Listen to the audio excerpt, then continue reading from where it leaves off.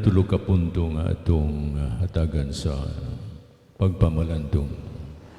Ang una nga pulong diha sa itong Ebanghelyo matud pa, ayaw ihatag ang butang balaan ngadto sa mga ero, kay tingaling musumbalik silang mupaka ninyo. Ug ayaw iit sa mga perlas ngadto sa mga baboy, kay kinitamag-tamakan lamang kanila. Kana nagawlagoy sa simbahan sa kapanahunan diin. Tungod kay wala man makasabot ang ubang mga tao sa mga pagtulun-ang Kristohanon, mao nga ang mga Kristiyanos matud pa nagaantos sa mga pagpanglutos, pagsaway, pagtamay mo ng panahon sa mga martires o sa mga santos. Gilutos sila tungod kay wa man masabti ang ilang pagtulunan. Mao nang nitabo hangtod gani karon mga igsoon diya sa atong kinabuhing Katoliko, na uban ng mga tao labi na sa ubang mga sikta nga wala makasabot sa atong gibuhat o sa atong mga doktrina. Wa sila makasabot unsa nang misa kay dili mabasa. Sa ato pa butang balaan, way kapuslanan sa uban nga wala makasabot sa mga maong pagtulunan. Sama ba pananglitan sa perlas? Kung sa may maton pa ayaw itsa ang perlas nga sa mga baboy, kay tamag-tamakan, wa may kapuslanan, wa may pulos, wa man sila makasabot, dili man makaang. So mao na ang kahimtang sa simbahan. Ang simbahan hangtod karon wala pa gid masabti unsa ang iya matud pa papel diha sa katilingban ug kadaghanan wala gayud masayon ug unsay kahulugan sa kinabuhi nga gihatag kanato diha sa mga pagtulunan doktrina sa simbahan Katoliko.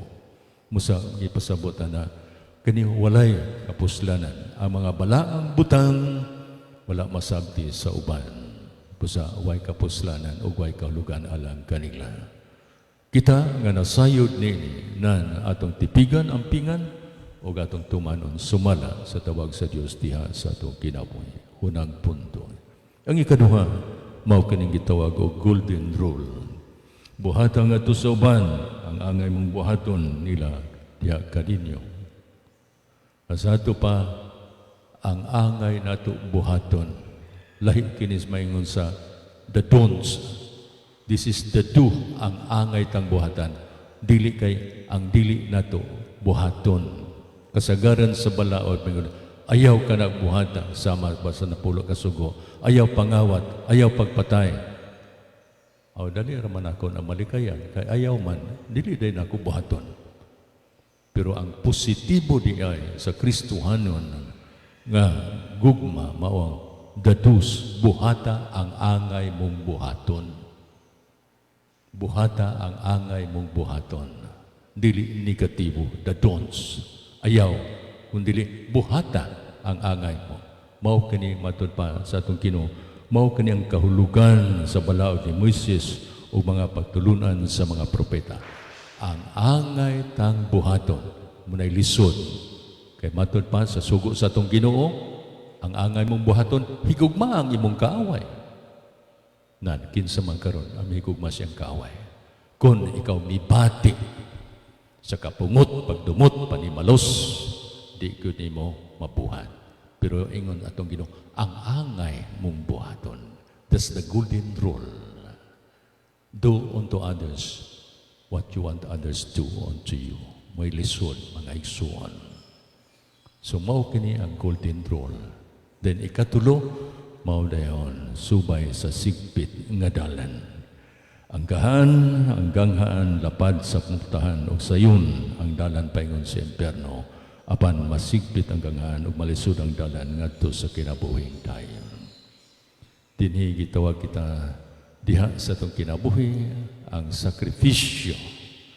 Dili di ay inunta sayang ang mga kasakitan o pagantos kalisdanan nga atong mayaguman diha sa itong pagsunod ni Kristo tungod kay kini masigpit, malisod apan dalan paingon sa kinabuhi nga walay katapusan. Tawag alang kanatong tanan mga igsoon, mao nga mahimo kita diha sa kinabuhi Kristohanon, mahimong modelo, ehemplo nga kita nagasubay sa maong dalan nga taliwala sa mga kasigitan ug pagantos apan sa kaulihan mao kini ang atong madawat kay hingpiton man sa Dios ngadto sa gingharian sa langit. Kita ang nagasunod ug nagasubay sa maong dalan ni Kristo. Hinaot paunta. Sa ngalan samahan sa Anak ug sa Espiritu Santo. Amen. Doon na kita renewal.